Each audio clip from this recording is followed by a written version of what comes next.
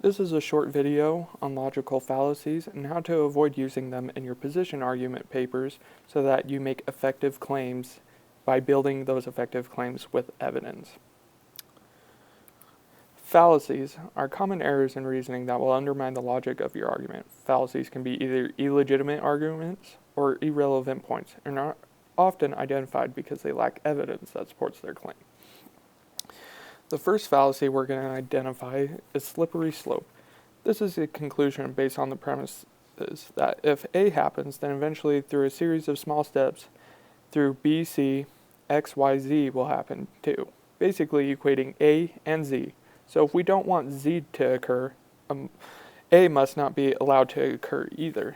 Example, if we ban Hummers because they are bad for the environment, eventually the government will ban all cars, so we should not ban Hummers.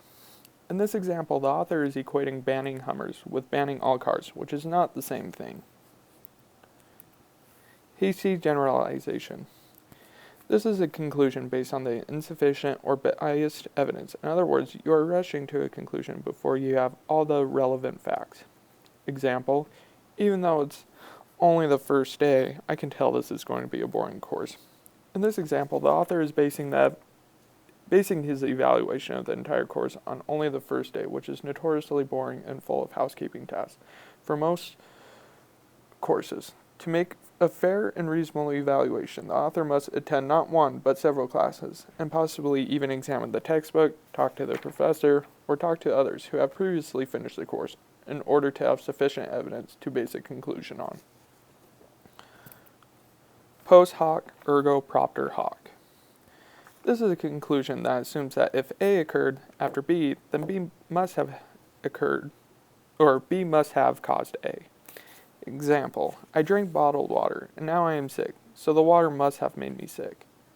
In this example, the author assumes that if one event chronically follows another, the first event must have caused the second, but the illness could have been caused by the burrito the night before, a flu bug that might have been working on the body for days, or a chemical spill across campus. There is no reason without more evidence to assume the water caused the person to be sick.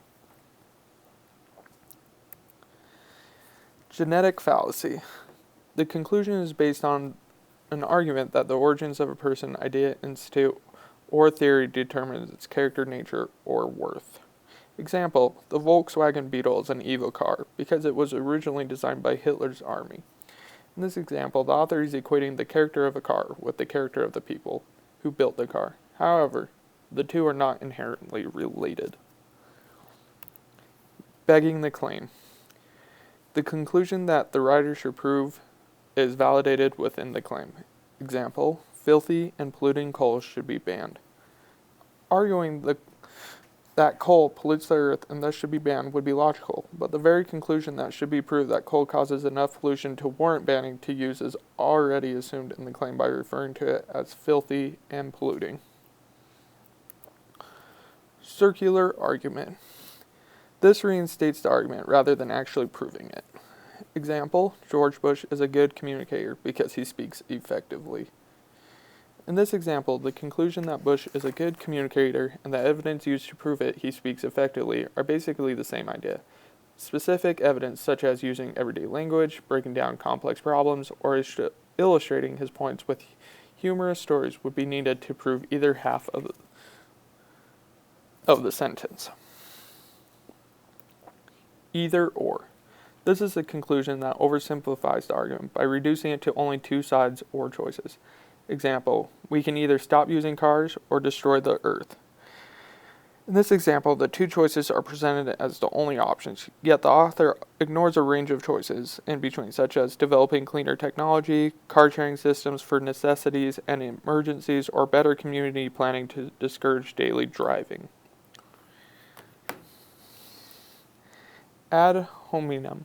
This is an attack on the character of a person rather than his or her opinions or arguments. Example, Greenpeace's strategies aren't effective because they are all dirty, lazy hippies. In this example, the author doesn't even name particular strategies. Greenpeace has suggested much less evaluate those strategies on the merits. Instead, the author attacks the characters of the individuals in the group. Ad populum. This is an emotional appeal that speaks to positive, such as patriotism, religion, democracy, or negative, such as terrorism or fascism, concepts rather than the real issue at hand. Example: if you were a true American, you would support the rights of people to choose whatever vehicle they want. In this example, the author equates being a true American, a concept that people want to be associated with, particularly in a time of war, without allowing people to buy any vehicle they want, even though there is no inherent connection between the two. Red herring. This is a divisionary tactic that avoids the key issues, often by avoiding opposing arguments rather than addressing them. Example: the level of mercury in seafood may be unsafe, but will fishers do this? What will fishers do to support their families? In this example, the author switches the discussion away from the safety of the food and talks instead about economic issue, the livelihood of those catching fish. While one issue may affect the other, it does not mean we should ignore possible safety issues because of possible economic consequences to a few individuals. Straw man. This move oversimplifies an opponent's viewpoint and then attacks the hollow argument. Example: people who don't support the proposed state minimum wage increase hate the poor. In this example, the author attributes the worst possible motive to an opponent's position. In reality, however, the opposition probably has more complex and sympathetic arguments to support their view. By not addressing those arguments, the author is not treating the opposition with respect or refuting their position. Moral equivalence. This fallacy compares minor misdeeds with major atrocities. Example: that parking attendant who gave me a ticket is as bad as Hitler.